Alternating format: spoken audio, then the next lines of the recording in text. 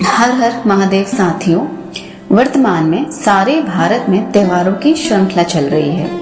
अभी हाल ही में श्री कृष्ण जन्माष्टमी का पर्व बड़े ही धूमधाम से मनाया गया। अब आने वाले दिनों में हरतालिका तीज का पर्व मनाया जाएगा। हिंदू पंचांग के अनुसार हरतालिका तीज भाद्रपद मास के शुक्ल पक्ष की तृतीया तिथि को मनाई जाती है। इस बार हरतालिका तीज 18 सितंबर सोमवार को मनाई जाएगी।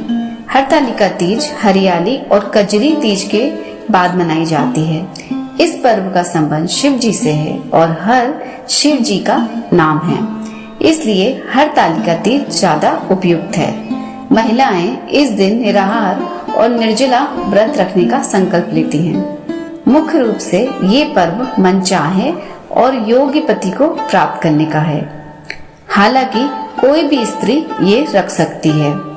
इसी दिन हस्तगौरी नामक व्रत को करने का विधान भी है, जिसको करने से संपन्नता की प्राप्ति होती है। हरतालिका तीज शुभ मुहूर्त पंचांग के अनुसार 17 सितंबर को 11:08 से तृतीया तिथि शुरू होगी, जो अगले दिन यानी 18 सितंबर को दोपहर 12:39 तक होगी। ऐसे में उदया तिथि के अनुसार यह व्रत 18 सितंबर को ही रखा जाएगा।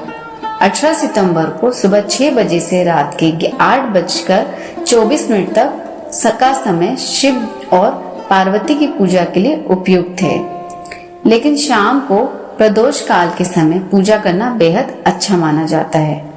कैसे पड़ा इस व्रत का नाम हरतालिका तीज? पौराणिक कथा के अनुसार पार्वती जी की सखियां उनका अपहरण करके जंगल में ले गई थी, ताकि पार्वती जी के पिता उनका विवाह इच्छा के विरुद्ध भगवान विष्णु से ना कर दें। क्योंकि पार्वती ने मन ही मन भगवान शिव को अपना पति मान लिया था, पार्वती जी के मन की बात जानकर उनकी सखियां उन्हें लेकर घने जंगल में चली गईं। जंगल में अपनी सखियों की सलाह से पार्वती जी ने एक गुफा में भगवान शिव की आराधना की। भाद्रपद की तृतीया शुक्ल के दिन हस्त नक्षत्र में पार्वती जी ने मिट्टी से शिवलिंग बनाकर विधिवत पूजा की और रात भर जागरण किया। पार्वती जी के तप से खुश होकर भगवान शिव ने माता पार्वती को पत्नी के रूप में स्वीकार कर लिया था। इस तरह सखियों द्वारा उनका हरण कर लेने की वजह से इस व्रत का नाम हरतालिका व्रत पड़ा।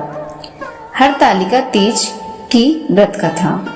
हरतालिका तीज के दिन भगवान शिव और माता पार्वती का पुनर्मिलन हुआ था। पौराणिक कथा के अनुसार यह हरतालिका व्रत कथा भगवान शिव ने ही माता पार्वती को सुनाई थी। भगवान शिव ने इस कथा में माँ पार्वती को उनका पिछला जन्म याद दिलाया था।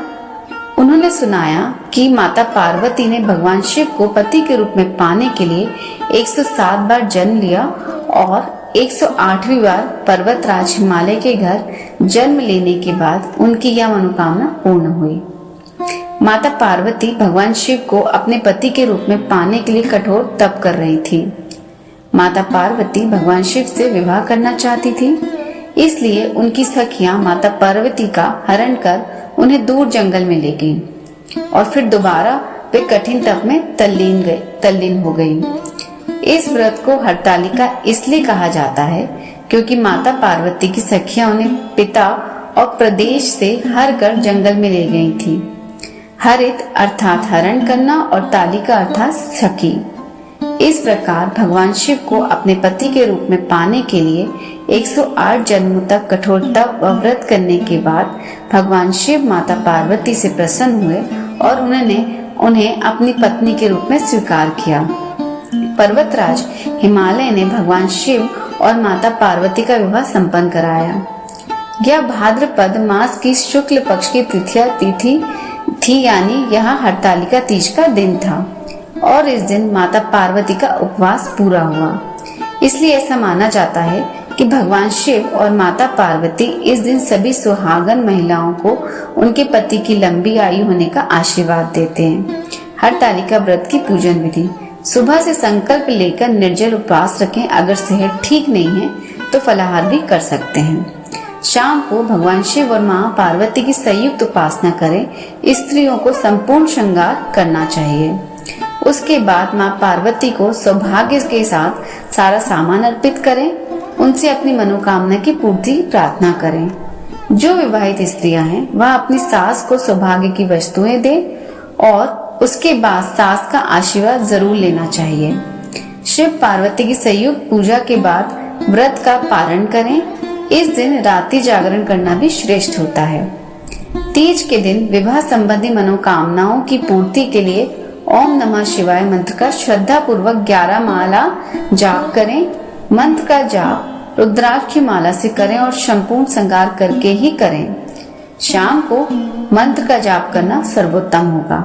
हरतालिका तीज उपाय। दाम्पत्य जीवन में सही तालमेल की कमी है तो हरतालिका तीज के दिन निर्जला या फलाहार उपवास रखें। शाम के समय संपूर्ण श्रृंगार करके शिव मंदिर जाएं। शिव जी को इत्र और जल अर्पित करें। पार्वती जी को सिंदूर और चुनरी अर्पित करें। ओम गौरी शंकराय नमः का 108 बार जप करें। अर्पित की गई चुनरी में 11 रुपए बांधकर हमेशा अपने पास रखें। ये एक उपाय करने से आपका दाम्पत्य जीवन खुशियों से भर जाएगा। अगर पति पत्नी के बीच दूरियां आ गई हो तो सुबह से निर्जला या जल पीकर उपवास रखें। प्रदोष काल में संपूर्ण श्रृंगार करें और शिव मंदिर जाएं। मंदिर में घी का एक चौमुखी दीपक जलाएं। शिव को चंदन और माता पार्वती को सिंदूर और लाल चूड़ियां अर्पित करें। फिर नमः शिवाय मंत्र का 108 बार जाप करें। चूड़ियों को प्रसाद स्वरूप अपने साथ लाएं और हमेशा इन्हें पहने रखें। तो साथियों, अगर आपको हरतालिका तीज से संबंधी मेरा वीडियो पसंद आया तो आप मेरे चैनल वॉइस ऑफ विभा को सब्सक्राइब करें और इस वीडियो को अधिक से अधिक शेयर करें। इसे लाइक करें और इस पर कमेंट करें। तब तक के लिए नमस्कार।